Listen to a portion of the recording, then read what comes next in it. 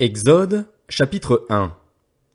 Voici les noms des fils d'Israël venus en Égypte avec Jacob, chacun accompagné de sa famille.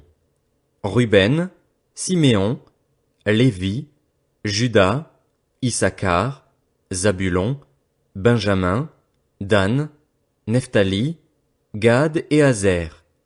Les personnes issues de Jacob étaient au nombre de 70 en tout. Joseph était alors en Égypte. Puis Joseph mourut, ainsi que tous ses frères et toute cette génération-là. Les Israélites eurent des enfants et pullulèrent. Ils devinrent très nombreux et puissants, au point de remplir le pays. Un nouveau roi parvint au pouvoir en Égypte, un roi qui n'avait pas connu Joseph. Il dit à son peuple, « Voilà que les Israélites forment un peuple plus nombreux et plus puissant que nous. Allons, montrons-nous habiles vis-à-vis de lui. Empêchons-le de devenir trop nombreux, car, en cas de guerre, il se joindrait à nos ennemis pour nous combattre et sortir ensuite du pays. » On établit donc sur lui des chefs de corvée afin de l'accabler de travaux pénibles. C'est ainsi qu'on construisit les villes de Pithom et de Ramsès, destinées à servir d'entrepôt au pharaon.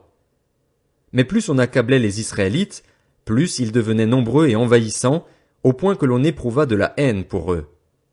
Alors les Égyptiens soumirent les Israélites à un dur esclavage. Ils leur rendirent la vie amère par de lourds travaux avec de l'argile et des briques ainsi que par tous les travaux des champs. Ils leur imposaient toutes ces charges avec cruauté. Le roi d'Égypte parla aussi aux sages-femmes des Hébreux. L'une s'appelait Shifra et l'autre Pua. Il leur dit, « Quand vous aiderez les femmes des Hébreux à avoir leur enfant et que vous regarderez sur le siège d'accouchement, si c'est un garçon, faites-le mourir. Si c'est une fille, laissez-la vivre. » Mais les sages-femmes avaient la crainte de Dieu et elles ne firent pas ce que leur avait dit le roi d'Égypte. Elles laissèrent vivre les enfants. Le roi d'Égypte convoqua les sages-femmes et leur dit, « Pourquoi avez-vous agi ainsi et avez-vous laissé vivre les enfants ?» Les sages-femmes répondirent au Pharaon, « C'est que les femmes des Hébreux ne sont pas comme les Égyptiennes. Elles sont vigoureuses et accouchent avant l'arrivée de la sage-femme. » Dieu fit du bien aux sages-femmes et le peuple devint nombreux et très puissant. Parce que les sages-femmes avaient eu la crainte de Dieu, Dieu fit prospérer leur famille. Alors le Pharaon ordonna à tout son peuple, « Vous jetterez dans le fleuve tout garçon qui naîtra et vous laisserez vivre toutes les filles. » Exode, chapitre 2. Un homme de la famille de Lévi avait pris pour femme une Lévite. Cette femme fut enceinte et mit au monde un fils. Elle vit qu'il était beau et elle le cacha pendant 3 mois. Lorsqu'elle ne put plus le garder caché, elle prit une caisse de jonc, qu'elle enduisit de bitume et de poix, puis elle y mit l'enfant et le déposa parmi les roseaux sur la rive du fleuve. La sœur de l'enfant se posta à une certaine distance pour savoir ce qui lui arriverait. Or, la fille du Pharaon descendit au fleuve pour se baigner tandis que ses servantes se promenaient le long du fleuve. Elle vit la caisse au milieu des roseaux et envoya sa servante la prendre. Quand elle l'ouvrit, elle vit l'enfant. C'était un petit garçon qui pleurait. Prise de pitié pour lui, elle dit, « C'est un enfant des Hébreux. » Alors la sœur de l'enfant dit à la fille du Pharaon, « Veux-tu que j'aille te chercher une nourrice parmi les femmes des Hébreux afin qu'elle allaite cet enfant pour toi ?»« Vas-y, lui répondit la fille de Pharaon. Et la jeune fille alla chercher la mère de l'enfant. La fille du Pharaon lui dit, « Emporte cet enfant et allaite-le pour moi, je te donnerai ton salaire. » La femme prit l'enfant et l'allaita. Quand il eut grandi, elle l'amena à la fille du Pharaon et il fut un fils pour elle. Elle l'appela Moïse, car, dit-elle, je l'ai retiré de l'eau. Une fois devenu grand, Moïse sortit vers ses frères et vit leurs pénibles travaux. Il vit un Égyptien frapper un Hébreu, un de ses frères. Il regarda de tous côtés, vit qu'il n'y avait personne et tua l'Égyptien qu'il cacha dans le sable. Quand il sortit le jour suivant, il vit 2 Hébreux se battre. Il dit à celui qui avait tort, « Pourquoi frappes-tu ton prochain ?» Cet homme répondit alors, « Qui t'a établi chef et juge sur nous? Est-ce pour me tuer que tu me parles, tout comme tu as tué l'Égyptien ?»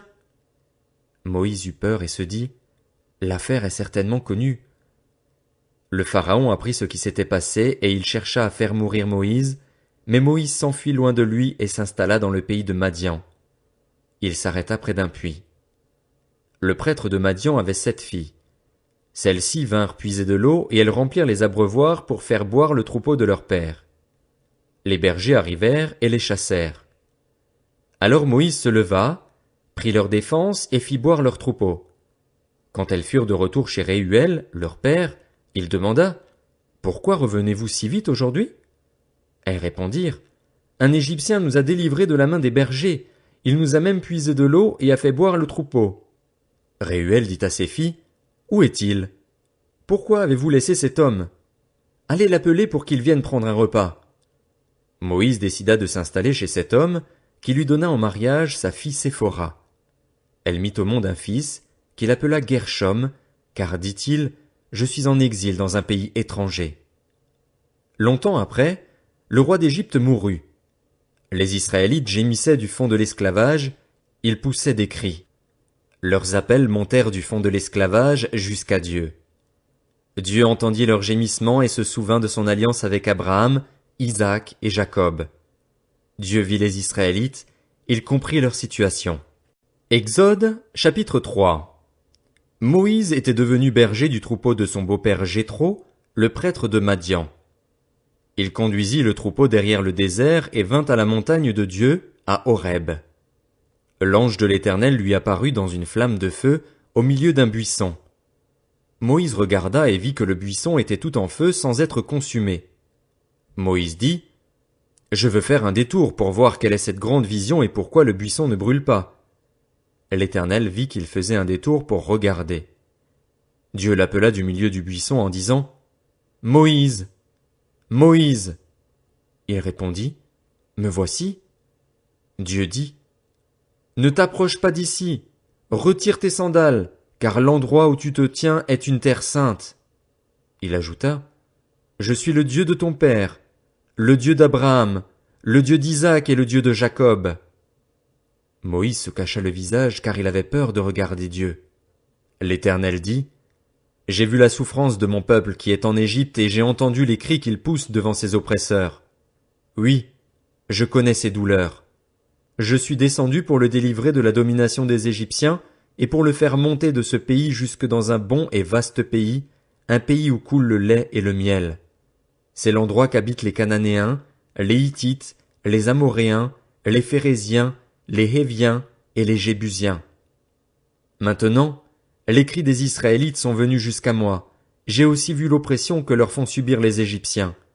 Maintenant, vas-y, je t'enverrai vers le Pharaon et tu feras sortir d'Égypte mon peuple, les Israélites. » Moïse dit à Dieu, « Qui suis-je, moi, pour aller trouver le Pharaon et pour faire sortir les Israélites d'Égypte ?»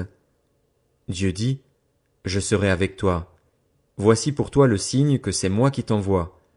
Quand tu auras fait sortir le peuple d'Égypte, vous servirez Dieu sur cette montagne. » Moïse dit à Dieu, « J'irai donc trouver les Israélites et je leur dirai, « Le Dieu de vos ancêtres m'envoie vers vous. » Mais s'ils me demandent quel est son nom, que leur répondrai-je ?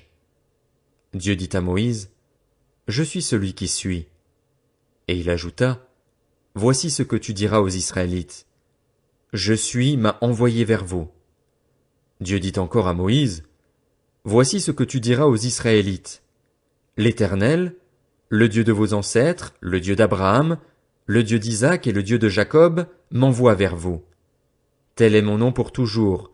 Tel est le nom sous lequel on fera appel à moi de génération en génération. Va rassembler les anciens d'Israël et dis-leur, l'Éternel, le Dieu de vos ancêtres, m'est apparu, le Dieu d'Abraham, d'Isaac et de Jacob. Il a dit, je m'occupe de vous et de ce qu'on vous fait en Égypte. J'ai dit, je vous ferai monter de l'Égypte, où vous souffrez, dans le pays des Cananéens, des Hittites, des Amoréens, des Phéréziens, des Héviens et des Jébusiens, un pays où coule le lait et le miel. Ils t'écouteront. Tu iras avec les anciens d'Israël trouver le roi d'Égypte et vous lui direz, l'Éternel, le Dieu des Hébreux, s'est présenté à nous. Permets-nous maintenant de faire 3 journées de marche dans le désert pour offrir des sacrifices à l'Éternel, notre Dieu. Je sais que le roi d'Égypte ne vous laissera pas partir à moins d'y être contraint par une forte intervention. J'interviendrai et je frapperai l'Égypte par toutes sortes de prodiges que j'accomplirai au milieu d'elle. Après cela, il vous laissera partir. Je gagnerai même la faveur des Égyptiens à ce peuple et, quand vous partirez, vous ne partirez pas les mains vides. Chaque femme demandera à sa voisine et à celle qui séjourne chez elle des vases d'argent, des vases d'or et des vêtements. Vous les ferez porter par vos fils et vos filles et vous dépouillerez les Égyptiens.